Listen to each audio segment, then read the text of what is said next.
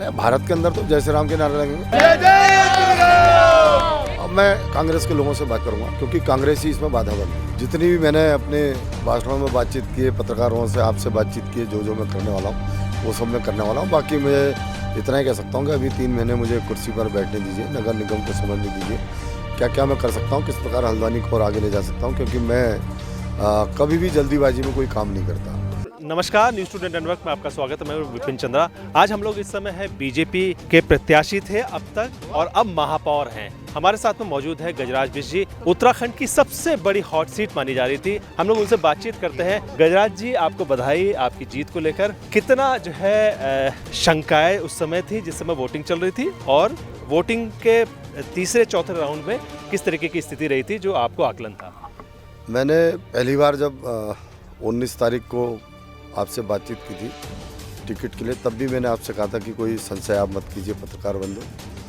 Ticket मिलने के बाद भी मैंने आपने पूछा नहीं पूछा, लेकिन पत्रकारों ने पूछा, मैंने कहा कि जीत में कोई संशय मत कीजिए। तो कोई किसी प्रकार की शंका नहीं थी। बूथ से लेकर हमारे राष्ट्रीय स्तर के सभी नेता हमारे साथ लगे हुए थे, सबका सहयोग मिला।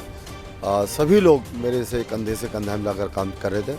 निश्चित रूप से जीत हमारी होनी थी। ये जो है अब जो जीत हुई है उसके बाद सबसे बड़ी चुनौती है कि डेवलपमेंट जो है आपकी जो है हमेशा चुनौती रहेगा, क्योंकि उत्तराखंड में जो है हल्द्वानी जो है काफ़ी बड़ा है और यहाँ पर जो डेमोग्राफिक चेंजेस हैं उसको लेके आप लगातार कहते रहे हैं। तो डेवलपमेंट की क्या स्कीम्स लेके आने वाले हैं आप?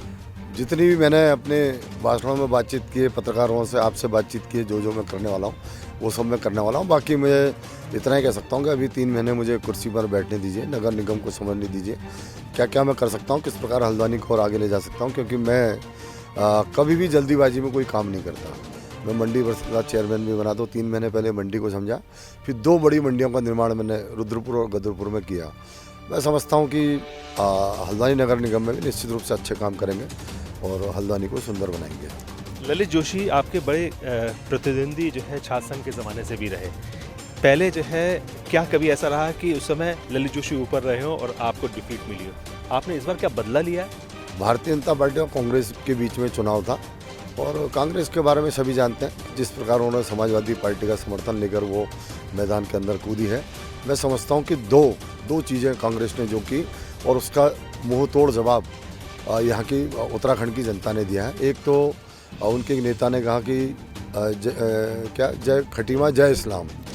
दूसरा, उन्होंने समाजवादी पार्टी का समर्थन लिया इस प्रदेश के अंदर।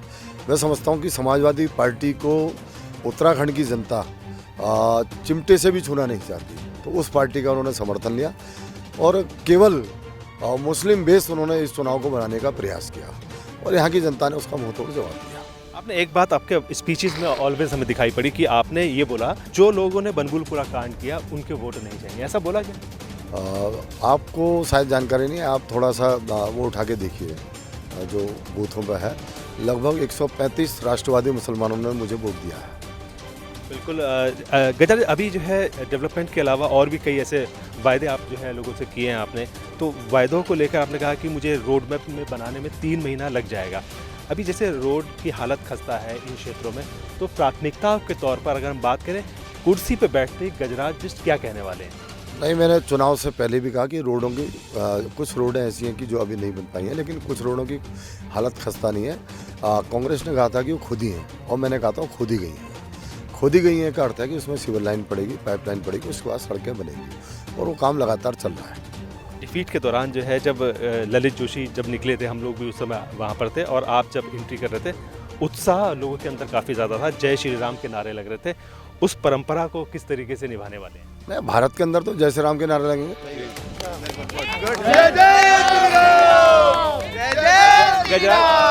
गजराज जी जो है लगातार जिस तरीके से बातचीत कर रहे थे, तो हमेशा ये देखा गया कि आपके जो स्पीचेस थी उसमें हिंदुत्व की बात हमेशा कही कि हिंदुस्तान की बात आपने रखी। इसके अलावा हम लोग बातचीत करें, अगर गजा जी जो है यहाँ पर जो नगर निगम की कई समस्याएं ऐसी हैं जो कर्मचारियों से संबंधित हैं, जैसे वेतन को लेकर है, जैसे किराए को लेकर, दुकानों को लेकर है, और जो बाज़ार जो क्षेत्र है वहाँ पर अतिक्रमण जो था उसको हटाने का जो है सिलसिला चलता रहा। व्यापारियों को अब क्या वायदा, प्रोमिसेस क्या करेंगे? नहीं, जो हिंदू बहुल क्षेत्रों में जो अतिक्रमण हटाया गया, उन्होंने सरकार से बातचीत की और उसमें लगभग 90% व्यापारियों का निस्तारीकरण भी कर दिया गया। कुछ लोगों को दुकान दे दी गई, कुछ लोगों की दुकानें छोटी हुई तो उनको 2 मंजिला 3 मंजिला बनाने का ऑर्डर दे दिया गया। और मुझे लगता है 2, 4, 5, 7 जो व्यापारी हैं उनका भी बातचीत करेंगे, उसका भी निस्तारीकरण करेंगे। बिल्कुल, ये गजराज बिष्ट थे जो बता रहे थे कि किस तरीके की उनकी प्राथमिकताएं। कुछ और कहना चाहते हैं, क्योंकि आपने जो है लोगों का दिल जीत लिया है कि अभी जो है जो पुरानी जो चीज़ें नज़र आ रही थी, लोगों ने कहा कि कहीं ऐसा तो नहीं जो उनके पुराने साथी थे, जो बीजेपी के जो लीडर्स थे, उनका सहयोग नहीं मिल पा रहा, ऐसा लगातार कहा जा रहा था। क्या रहा पूरे चुनाव में? ये केवल पत्रकारों ने कहा। आपने कहा कि केवल पत्रकारों ने कहा, ठीक है आपकी बात, और इस बात को लेकर सवाल पूछे गए थे, ना कि पत्रकारों ने केवल ये कहा। गजराज, अभी जो है चुनाव में जो है कई बार ये देखा गया है कि जो शराब की बात करी जाती है, और दोनों तरफ से ये बोला जा रहा था कि यहाँ पर कांग्रेस का आरोप था कि सरकारी मशीनरी का दुरुपयोग हो रहा था, और बीजेपी लगातार ये कह रही थी कि मुस्लिम तुष्टीकरण की राजनीति कांग्रेस करती है। तो शराब का जो चलन रहता है उसको किस तरीके से देखते हैं आप? नहीं, कांग्रेस अपने प्रत्याशी और बीजेपी अपने प्रत्याशी का अल्कोहल टेस्ट करा लें, कौन शराब पीता कौन नहीं पीता। गजा जी, अभी जो है अंतिम हम लोग बातचीत करेंगे कि डेवलपमेंट में हमेशा ये बात कही जाती है कि कहीं ना कहीं जब विकास होता है तो विनाश भी साथ में चलता है।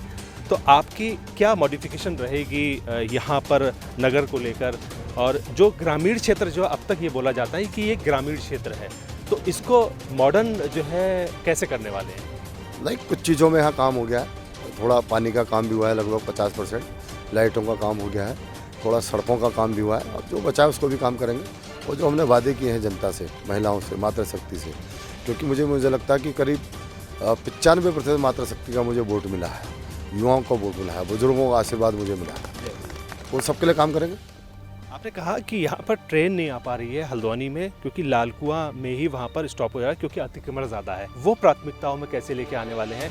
क्या जो है ट्रेनों को लाने के लिए किस तरीके के प्रयास रहेंगे? आप क्या अतिक्रमण को हटाने के लिए अभी प्राथमिकता में रहेंगे? अब मैं कांग्रेस के लोगों से बातचीत करूँगा, क्योंकि कांग्रेस ही इसमें बाधा बन रही है, वो हाईकोर्ट से लेकर सुप्रीम कोर्ट तक वही पहुँच रही है। हम कांग्रेस के लोगों से कहेंगे कि भाई ट्रेनें काठगोदाम तक आनी चाहिए, और जितना हमारा प्रयास होगा हम उसे करेंगे। और मैं आपको विश्वास दिलाता हूँ कि निश्चित रूप से वंदे भारत भी चलेगी और ट्रेनें काठगोदाम तक भी आएंगी। बिल्कुल, ये थे गजराज बिष्ट जो बता रहे थे कि महापौर बनने के बाद उनकी क्या प्राथमिकता है, डेवलपमेंट को लेकर आपने क्या सोच बना रखी है। अगले 3 महीने के अंदर वो रोड मैप धरातल पर दिखाई पड़ेगा। बहुत बहुत धन्यवाद गजराज जी आपका।